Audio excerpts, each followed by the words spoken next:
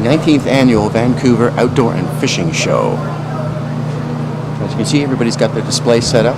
And right behind me is a live shark. And I will be diving in that tank with that shark and wrestling. Hi, guess what's going on behind me? I'm at the 1998 Outdoor and Fishing Show. This is a live shark tank. And no, I won't be wrestling the shark, but we may be taking a look at it a little bit later. This is the place to come and ask the experts on anything to do with fishing, hunting, or just being out in the plain outdoors. So let's take a look around and see some of the sights, shall we?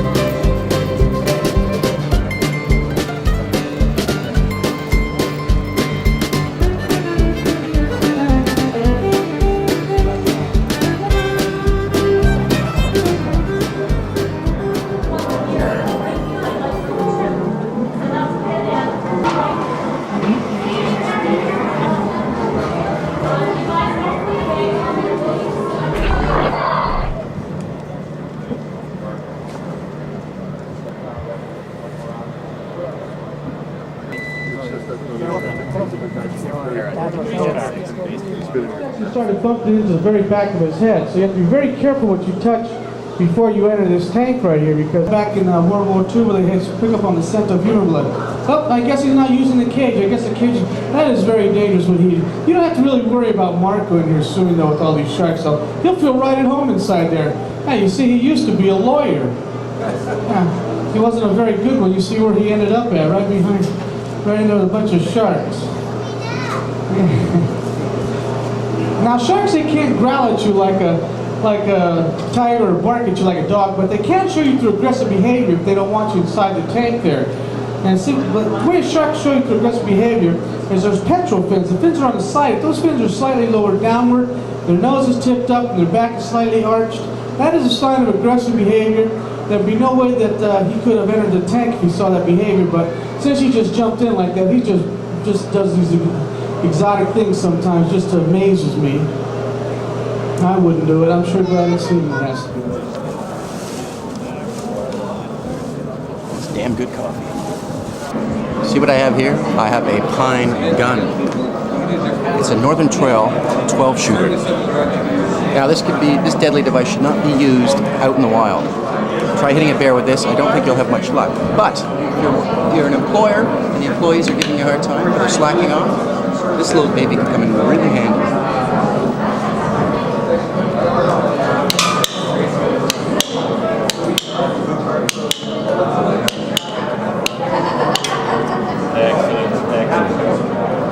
All right, sweetheart, here's the plan, she. Lefty's gonna take the bank out.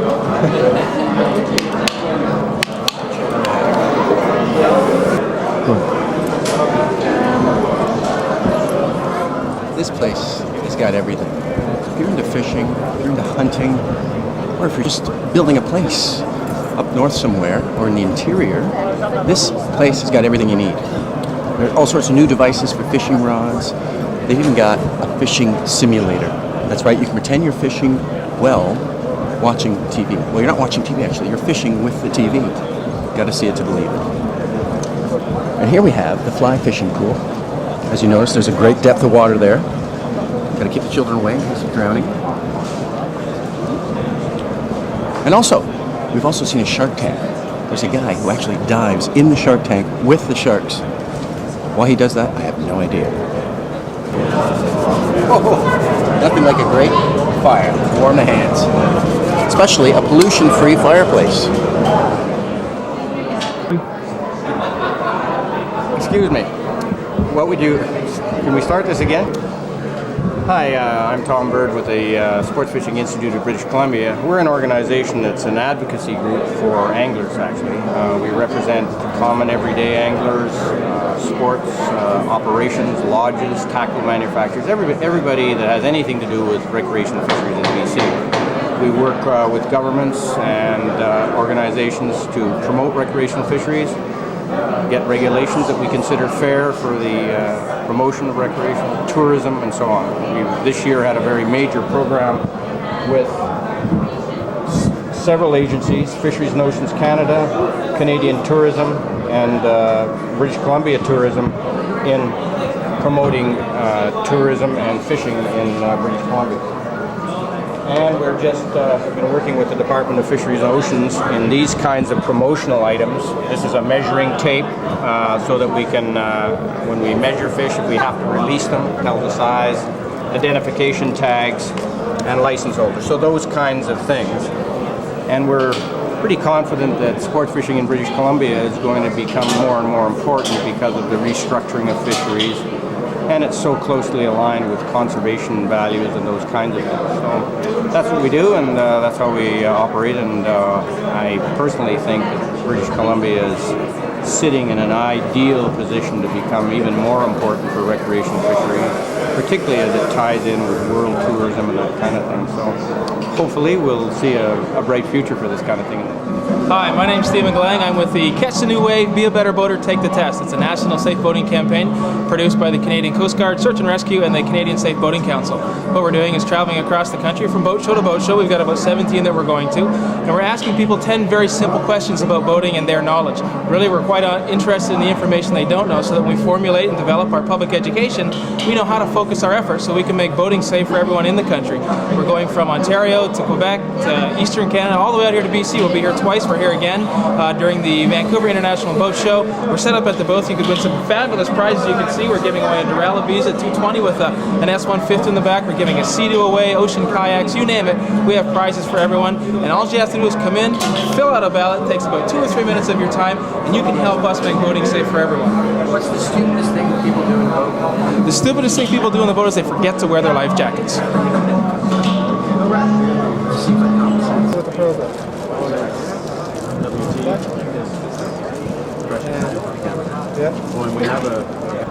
How's things today? We're down from the Northwest Territories. Dan and myself, we're representing government Northwest Territories and tourism, and it's good to get back out to the coast and give some of the information that we have from the Northwest Territories with two people in BC. We enjoy coming down here, and we see a lot of old friends that we've made over the years coming into these shows. A lot of fishermen, a lot of the entrepreneurs in BC and the surrounding area. Northwest Territories. We've got a nice map here and display and represent some of the products that we have in the Northwest Territories. And of course, see Great Slave Lake and McKenzie River, Fort Smith, Wood Buffalo Park. We got a lot of products to offer in the Northwest Territories, and we're hoping that people from this area will endeavor to come up our highway, come to Edmonton, come up through Jasper, various ways. You can come up and make the Daycho Loop, what we call the Daycho Loop.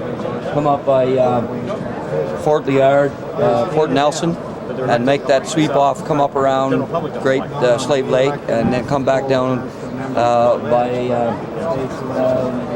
this highway coming down here, highway number 1.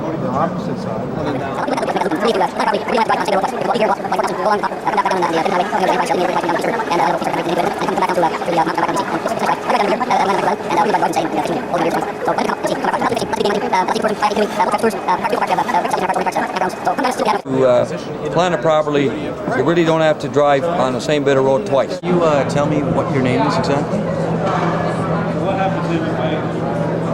Why do you dress in Western garb, sir?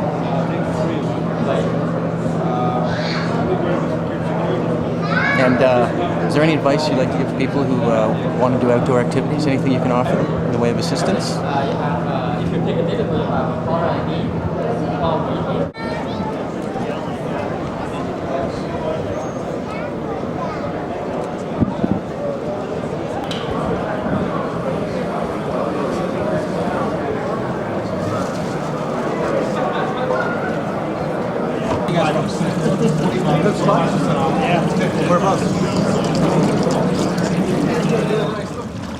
Okay, so we've been to the outdoor show, and it makes me think here.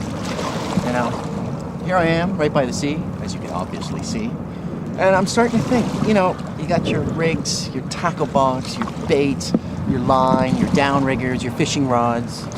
Do you need this? I mean, let's face it, there's plenty of food right out here in the sea. There's food all around me as I look. Look at this stuff here. Okay, doesn't look very edible, does it?